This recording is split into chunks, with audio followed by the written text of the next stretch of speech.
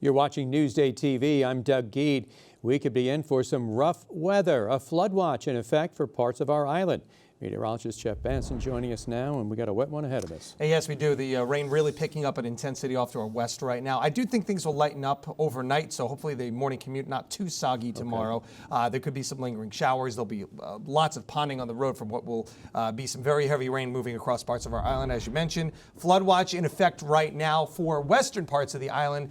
Things shouldn't be as heavy as the rain trends eastward, but it's arriving right now. It's on our doorstep. The heaviest is going to really get going through about 10 o'clock tonight, and then things start to taper down after midnight. But we could be talking about over 2 inches of rain for small parts of our area in a relatively small amount of time. There is your flood watch right there. Goes up to the William Floyd. The Weather Service divides Suffolk County into 4 quadrants, so it's the westernmost two, the North Shore and the South Shore, Nassau, New York City. We know how much New York City floods is well documented these days, especially because of social media. You see these wild videos of the subways flooding and things like that. So we know they can't take on water. We do a little bit better across the island.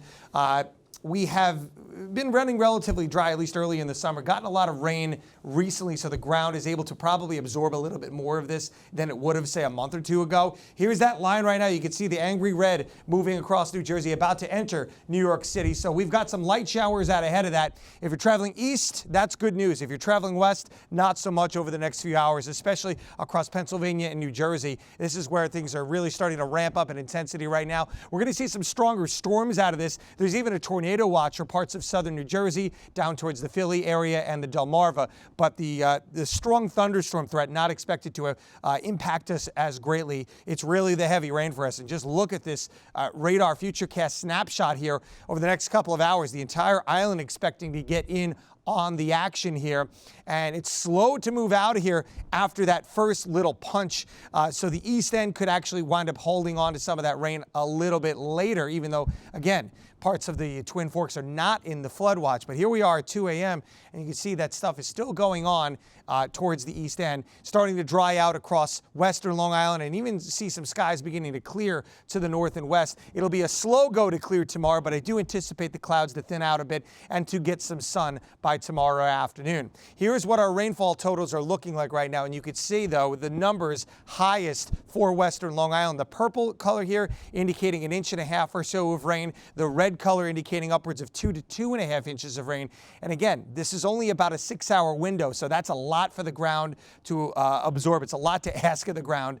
That's why we can see that flood risk. Looking at the next 3 days, again, tomorrow, clouds and some showers early, then they thin out for a little bit of sun. Saturday, we've had some positive trends in the forecast. Not looking as much of a washout at this point. Cloudy skies for the most part, an east wind getting those temperatures down into the lower 70s. So not the greatest day, and then we will see a good amount of shower activity later in the day, and that will continue into Saturday night. Sunday looking like the brighter of the 2 days and the warmer of the two as well, with a couple of pop-up showers. So we'll try to get some dry hours for you this weekend. I'll have more coming up in the full 7-day forecast in just a bit.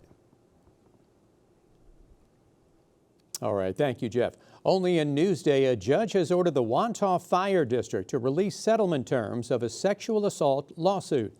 Newsday has reported that a female volunteer claims a chief and captain gave her alcohol and sexually assaulted her at a firehouse party.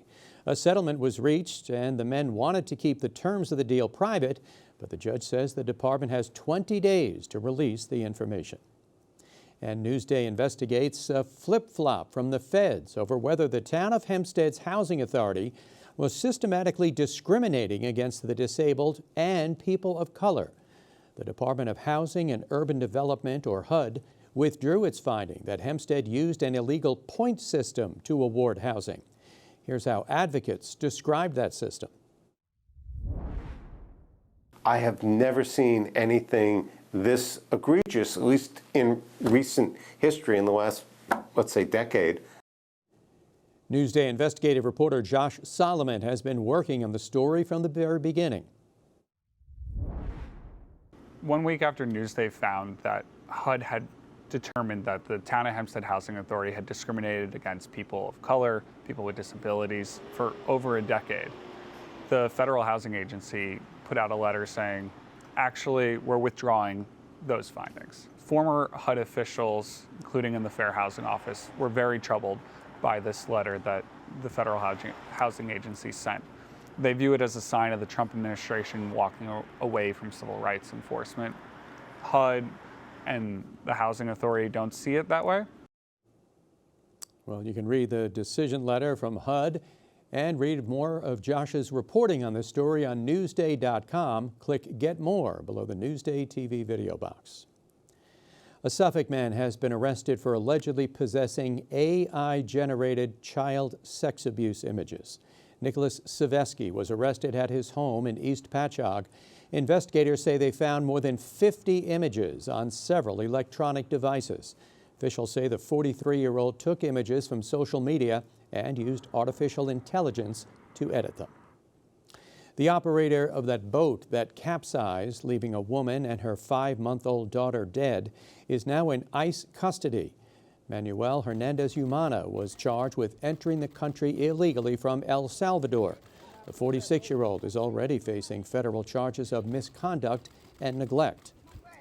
Investigators say the 22-foot boat was carrying too many passengers. 12 other people had to be rescued. A deadly accident happened early this month near the Statue of Liberty. Here in the island, 2 dead rabid raccoons have been found in the town of Islip.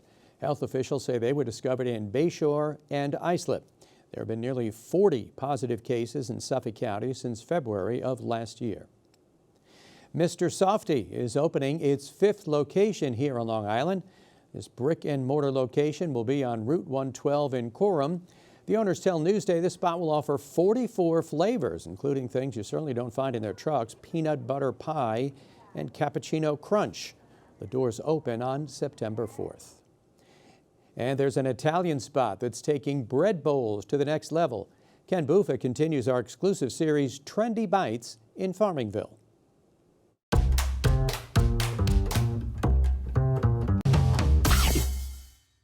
These are the pull-apart soul bowls. You can only find at La Cucina Paisanos here in Farmingville. Let's go in the back and see how they're made. Our menu is really authentic Italian. You know, we have all the chicken parms and French heads and marsala. While we love offering that, we felt like we just needed something new and fresh and trendy. So we're gonna do one of the bread bowls, chicken palm bowls. We prep the bowl so we can stuff it with. This is made out of pizza dough. These are big. This is like the size of your head, dude. These are big. These are nice. Like emoji. Yeah. Things over here so people grab. Oh, so you're scoring it kind of so you can peel it apart. Gonna throw it in the oven for a little bit. When it comes out, we're gonna season it and butter it. A little bit of grated cheese. This is gonna be so good. It's been really cool to, you know, create the menus, put them out, and have people coming here who only saw us on social media and heard about our bread bowl. You can choose your filling: chicken parm, alla vodka, Alfredo, Philly cheesesteak. I think the majority of people are just blown away by the size of it. I would recommend to try the alla vodka. Pull this apart. There's some vodka sauce in there. The bread is so crunchy, and the garlic and the cheese make it almost like a garlic knot. And the vodka sauce is amazing. Dude, this is like a 10 out of 10. I'm glad you enjoyed it. Amazing. Ken Buffa, Newsday TV.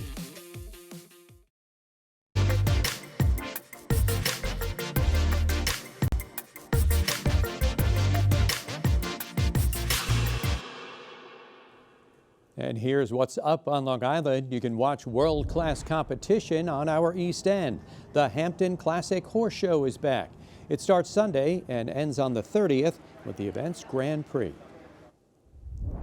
So won't you give me 3 steps, give me 3 steps, mister, give me 3 steps, horse.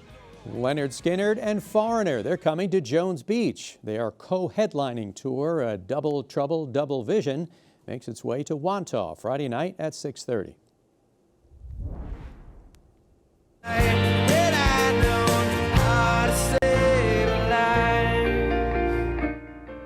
And you can see more live music at Jones Beach this weekend, the great sound of the Fray. Also, Dashboard Confessional, they're hitting the road together for their Summer of Light tour. They play Jones Beach Saturday night at 7.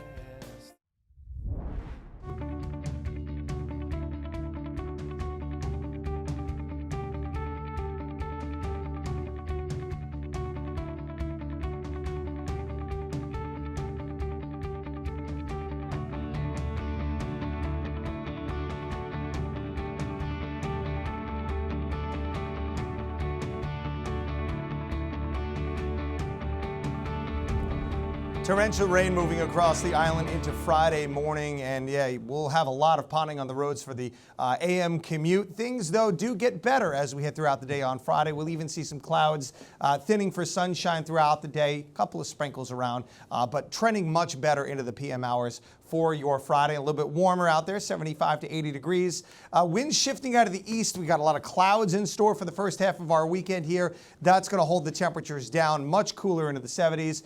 As far as an all-day washout, things have trended better for Saturday. Right now, it's more towards, again, the late PM hours. We're expecting that rain to come on in and soaking into the early Sunday hours before a much better Sunday overall with brighter skies as we head throughout the day. And we're also going to see a chance for a pop-up shower or thunder shower. You can see a couple of those as we head into the PM hours. But overall, it's a better day. It's a warmer day as well with some numbers back around 80 degrees. Just to show you how things have improved for Saturday, these are the numbers that we're running here through Saturday evening, through the daylight hours of Saturday. Only looking here, a couple tenths of an inch, quarter of an inch of rain. That is markedly better than we were expecting, say, a day or so ago. So is Saturday going to be the nicest day? No. But will you maybe have some opportunities to get outside? Yes, I think we will. Here's just how Friday's shaping up. Again, a couple of early morning showers, clouds thinning for a little bit of some sun as we head into the afternoon. Partly to mostly cloudy skies heading into Saturday night. And again, that sets the stage for what will be a damp day on Saturday, but again, substantial shower activity comes later on in the day into Saturday night. Sunday looks pretty good with clouds giving over to some sun and perhaps an afternoon shower or thunderstorm. A fantastic start to the work week. Monday through Wednesday, all days sunshine in full and around 80 degrees, which is where we should be for late August. Next round of some showers and storms comes through later on in the week on Thursday. Long Island weather is brought to you by Sun Nation Energy, helping Long Islanders save on their energy bills for over 20 years. And for more on the stories you've seen today, head over to Newsday.com. Click Get More under the Newsday TV video box. I'm Doug Gee. Be careful on the roads tonight. And thanks for watching Newsday, covering Long Island like no one else can.